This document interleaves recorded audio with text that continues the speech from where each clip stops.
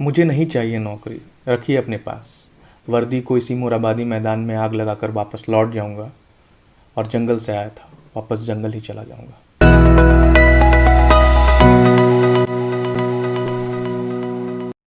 मेरी क्या गलती थी जो ये झेल रहे हैं?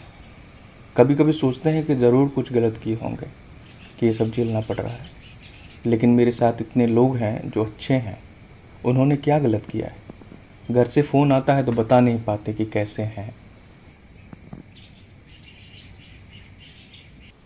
अपने दोस्त से फ़ोन पर यह बात साझा करते हुए गुमला से आए सहायक पुलिस जवान के आंखों में आंसू थे। आज का ब्लॉग सिर्फ मेरे लिए है क्योंकि मुझे ये ज़रूरी लगा कि इस पर बात करनी चाहिए। आज मेरे ब्लॉग में आपको कहीं बाहर लेकर नहीं जा रहा हूँ। न झारखंड की प्राकृतिक सौंदर्य की बात होगी, ना ही कोई खूबसूरत अनजान सी जगह आप इस ब्लॉग के माध्यम से देख पाएंगे।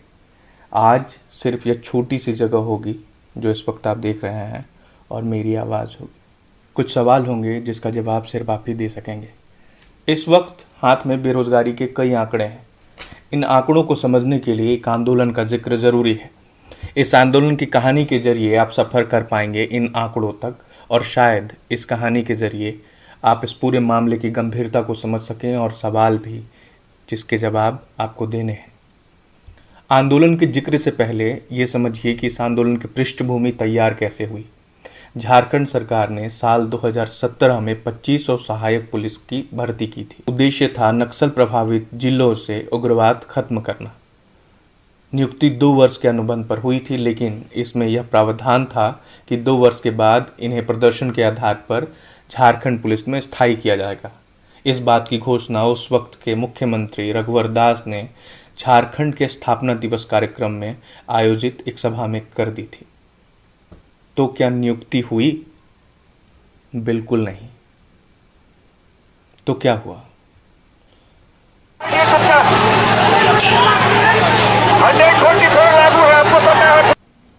अब समझिए ये क्यों हो रहा है। इस राज्य का युवा मुख्यमंत्री क्या इस स्थिति में भी नहीं है कि उसके घर की दहलीज पर पड़े सहायक पुलिस कर्मियों को सहारा दे सके, उनसे एक बार मिल सके, राज्य की स्थिति बता सके, समझा सके? झारखंड सरकार केंद्र सरकार पर आरोप लगाते हुए ये कह रही है कि केंद्र सरकार उसका बकाया पैसा उसे नहीं दे रही। कितना बकाया है? कुल 1 लाख करोड़ केंद्र का बकाया है। ये जेएमएम के प्रेस कॉन्फ्रेंस में उनके जो प्रवक्ता हैं उन्होंने ये बात बताई है। केंद्र पैसा क्यों नहीं दे रहा है, परेशानी क्या है, इसे भी समझना ज़रूरी है। दोनों में निजीकरण की खबरें पढ़ रहे होंगे। देश की जीडीपी की स्थिति आपको पता है कि 23.9% के नीचे चली गई है। स्थिति की गंभीरता को आप समझते हैं तो इतना समझिए कि केंद्र और राज्य सरकार अपने कर्मचारियों को वेतन मुश्किल से दे पा रहे हैं। कई नौकरियां निकाली गई, उनका क्या हुआ? ये पूरा आंदोलन जो है वो नौकरी को लेकर है, और नौकरी केंद्र और राज्य सरकार में क्या स्थिति है इसे भी समझना ज़रूरी है। सरकार ने जो नौकरियों के लिए आवेदन निकाले उससे उन्होंने लगभग 1000 करोड़ रुपए की कमाई की। आरआरबी रेलवे रिक्रूटमेंट बोर्ड के जरिए वैकेंसी आई। साल 2016 से लेकर अब तक कितनों को नौकरी मिली? ये सवाल हैं जो आपको इसके जवाब देने हैं, पता कीजिए। विभिन्न स्रोत से आवेदन निकाले गए, उनकी स्थिति भी समझ लीजिए। 10वीं पास के लिए 15,988 आवेदन निकाले गए। 12वीं पास के लिए 33,842, ग्रेजुएट के लिए 63,833 नौकरियां, डिप्लोमा पीजी के लिए 96,953 नौकरियां, बीटेक और दूसरे प्रोफेशनल के लिए 10,503, और सैलरी की शुरुआत होती है 13,000 रुपये से लेकर 1 लाख तक। कितनों को नौकरी मिली? स्थिति समझनी हो तो आपसे बेहतर कोई उदाहरण नहीं हो सकता। मेरे कई दोस्तों ने मेरे साथ ग्रेजुएट किया और आज भी सरकारी नौकरी की तैयारी में लगे हैं। कारण समझना है। चलिए समझते हैं कि क्या स्थिति है और क्यों अब तक उन्हें तैयारी करनी पड़ रही है। मान लीजिए कि एसएससी से उन्होंने स्टाफ सिलेक्शन कमीशन से उन्होंने कोई नौकरी लेने की सोची और उसके लिए तैयारी की। 2011 में वो ग्रेजुएट हुए। 2012 में पद के लिए नोटिफिकेशन आया और परीक्षा दे दी, साल 2012 में। 2013 में पहली परीक्षा का रिजल्ट आया और दूसरी परीक्षा के लिए वो क्वालिफाई कर गए। 2014 में दूसरी परीक्षा का रिजल्ट आया और वो पास हो गए। इसके बाद मेडिकल और कई तैयारियों के बीच उनकी नियुक्ति उलझी हुई है। अब तक उनके पास नियुक्ति पत्र नहीं पहुंचा है। साल 2011 से लेकर 2014 तक का समय है, उसने एक परीक्षा में दे दिया।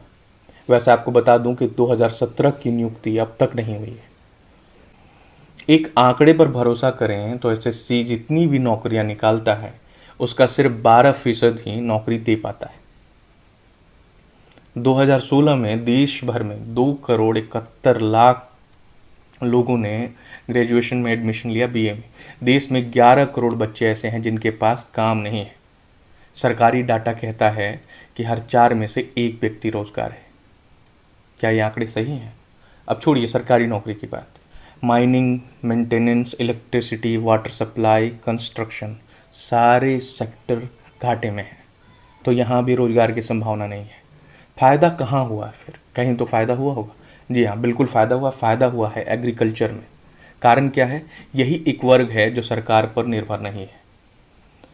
अब वापस अपने राज्य लौटिए और यहाँ जो आंदोलन हुए हैं नौकरी को लेकर या कॉन्ट्रैक्ट बेसिस पे जो काम मिलता है उससे स्थायीकरण करने की मांग को लेकर जो आंदोलन हुए हैं उसका जिक्र बहुत ज़रूरी है। पंचायत सचिव की नियुक्ति अभी तक लटकी हुई है। पारस शिक्षक हुई है। आंगनबाड़ी सेविकाओं का आंदोलन आपको याद होगा। दरोगा नियुक्ति पर जो चर्चा हुई, जो विवाद हुआ वो याद होगा। सहायक पुलिस का आंदोलन आप देख रहे हैं। पुलिस को लाठियां भांजते हमने पहले भी देखी है। आंगनबाड़ी सेविकाओं पर लाठीचार्ज हुआ, पारस शिक्षकों पर लाठीचार्ज हुआ और अब वर्दी धारकों ने दूसरे वर्दी धारकों पर लाठी छोड़ दिया। कई लोग हैं जो सहायक पुलिस के आंदोलन की कवरेज बहुत शानदार कर रहे हैं। यूट्यूब चैनल की लिंक मैं नीचे दे रहा हूँ। एक लिंक लोकल खबर की है जो ये बताता है कि सहायक पुलिस में रहते हुए जवानों ने किस तरह अपना योगदान दिया और किस तरह उन्होंने एक तरह से मिसाल कायम की और उनकी बहादुरी की कुछ कहानियाँ भी आपको इस यूट्यूब चैनल पर देखने को मिल जाएंगी। दूसरा, एक वेबसाइट है द फॉलोअप, उसका लिंक दे रहा हूँ आपको ताकि आप इस आंदोलन के पीछे की पूरी कहानी समझ सकें। क्योंकि आंदोलन पर आपने लाठियाँ खाते इन्हें देखा होगा, लाठियाँ खाते खबरें अखबारों में पढ़ी होंगी, लेकिन इसके पीछे भी कई कहानियाँ हैं। कई लोग मीलों चलकर इस आंदोलन का हिस्सा बनने के लिए पहुँचे हैं। आज लगातार 8वें या 9वें दिन से एक खुले आसमान के नीचे रह रहे हैं। तो इस पूरी कहानी को समझने की ज़रूरत है और आप अपना पक्ष भी ज़रूर रखिए। मुझे नहीं चाहिए नौकरी, रखिए अपने पास।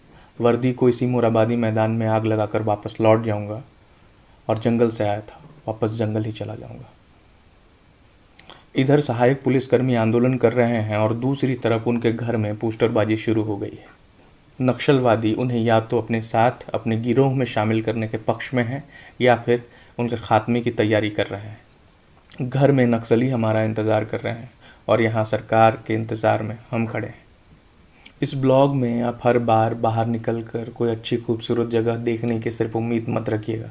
मेरी कोशिश होगी कि वैसे मुद्दे जिनकी आवाज़ उठानी ज़रूरी है, जिनका जिक्र ज़रूरी है, उस पर भी बात करने की कोशिश करूँगा। मेरा ज़रूरी है और घूमना मेरा शौक़ भी, लेकिन ज़रूरी है कि उन मुद्दों पर भी बात की जाए जिनकी चर्चा खूब है या जिन्हें आवाज़ की ज़रूरत है। तो धन्यवाद कि आप इस आंदोलन की यात्रा में मेरे साथ रहे।